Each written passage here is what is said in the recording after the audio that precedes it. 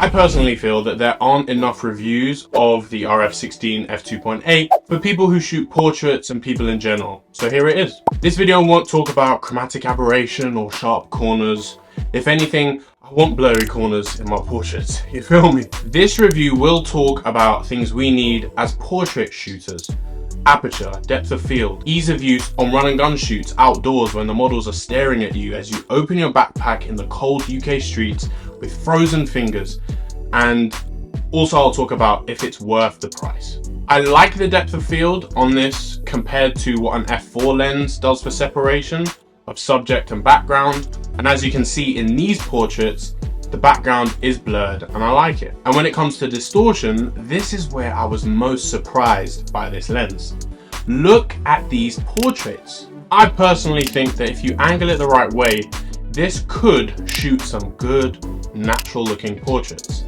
I expected distorted, iPhone 0.5 wide angle looking shots, but look how good these are cropped in. Tell me they don't look like 35mm shots or even 50mm. Onto sharpness.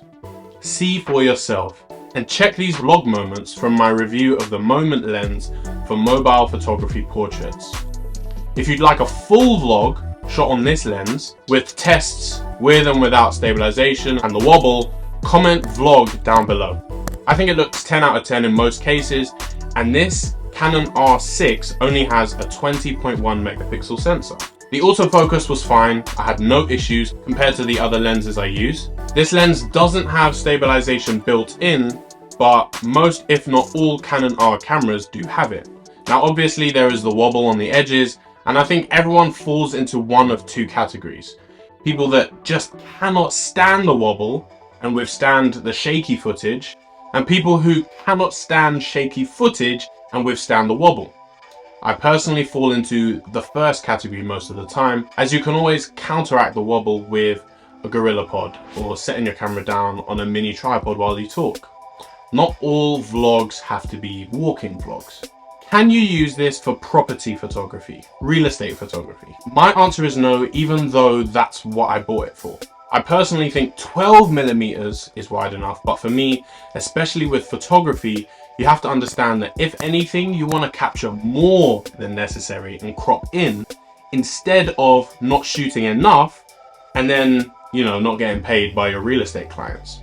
Of course, you can stitch photos together, but if the software you're using is feeling iffy, again, it could ruin a paid shoot with a client. For interior videography, I think it's fine as long as you have a gimbal or something like that, because you can always pan left to right and stuff like that. Now, this lens is great for Instagram Reel purists and minimalists who want POV shots of products, but want it to look absolutely next level. Here are some examples I'm showing you now that I shot recently. Now to price and value.